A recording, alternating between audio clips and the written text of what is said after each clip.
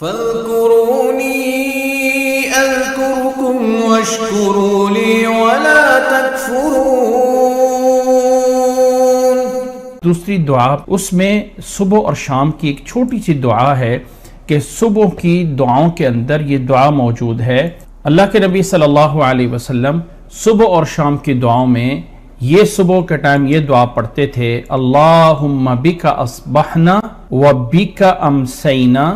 وبک نحیا وبک نموت والیک المصیر۔ اور شام کی دعاؤں میں اللہ کے نبی صلی اللہ علیہ وسلم شام کے ٹائم اس کو یوں پڑھتے تھے، اللہم بک امسینا وبک اصبحنا وبک نحیا وبک نموت والیک النشور۔ اس دعا کا ترجمہ کچھ یوں ہے کہ انسان کہتا ہے کہ اللہم اے اللہ، بک اصبحنا اے اللہ تیرے ذریعے تیرے واسطے ہی ہم نے صبح کی ہے، یعنی تیری رحمت سے ہی ہماری صبح ہوئی ہے، وبک امسینا اور تیری رحمت سے ہی ہماری شام ہوتی ہے، وبک نحیا اور تیری رحمت سے ہی ہم زندہ ہیں، وبک نموت اور تیرے حکم سے ہی ہمیں موت آئے گی،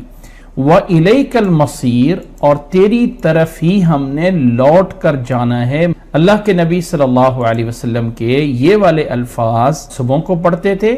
اور شام کے الفاظ میں اللہم بک امسینا، یعنی یہ جو اصبحنا ہے یہ بعد میں کر دیا جاتا ہے، اور امسینا جو ہے شام کے ٹائم شروع میں کر دیا جاتا ہے۔ امسینا کا معنی ہے شام کرنا، اور اصبحنا کا معنی ہے صبح کرنا۔ تو شام کے ٹائم دعا پڑھی جاتی ہے، اللہم بک امسینا وبک اصبحنا وبک نحیا وبک نموت والیک النشور۔ یہاں پہ ایک پوائنٹ ذہن میں رکھ لیجئے کہ صبح کا ٹائم جو پڑھنی ہے اس میں اصبحنا پہلے ہے اور امسینا بعد میں ہے۔ دوسرا یہ ہے کہ جو شام کے ٹائم پڑھنی ہے اس میں امسینا پہلے ہے اور اصبحنا بعد میں ہے۔ اور تیسری بات یہ میں رکھ لیجئے کہ صبح کی دعا میں المصیر آخر میں آتا ہے اور شام کی دعا میں النشور بعد میں آتا ہے۔ یہ اکثر ہمارے جو بکس ہوتی ہیں دعاؤں کی اس میں یہ والی چیز مس کر دی جاتی ہے اور دونوں جگہوں پہ ہی نشور لکھا ہوتا ہے۔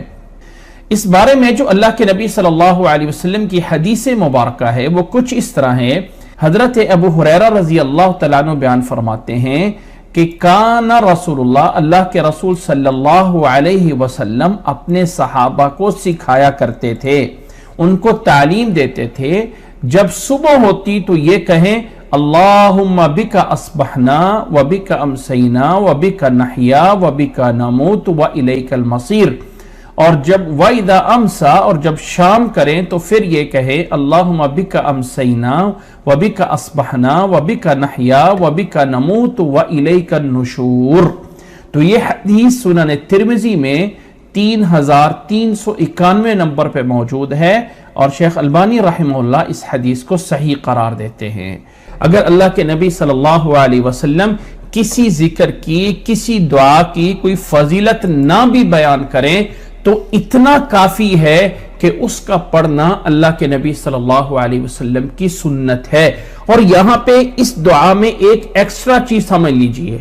کچھ ایسی چیزیں ہوتی ہیں کہ جنہیں انسان کر لے تو ثواب ہے، نہ کرے تو کوئی حرج نہیں ہے، لیکن جہاں پہ نبی صلی اللہ علیہ وسلم کا حکم اور آرڈر آ جاتا ہے وہاں پہ ان چیزوں کو لازمی کرنا چاہیے۔ اس دعا کی جو حدیث ہے اس میں الفاظ یہ ہیں کہ اللہ کے نبی صلی اللہ علیہ وسلم صحابہ کو سکھایا کرتے تھے، اور الفاظ یہ ہیں اذا اصبح احدکم فلیقل،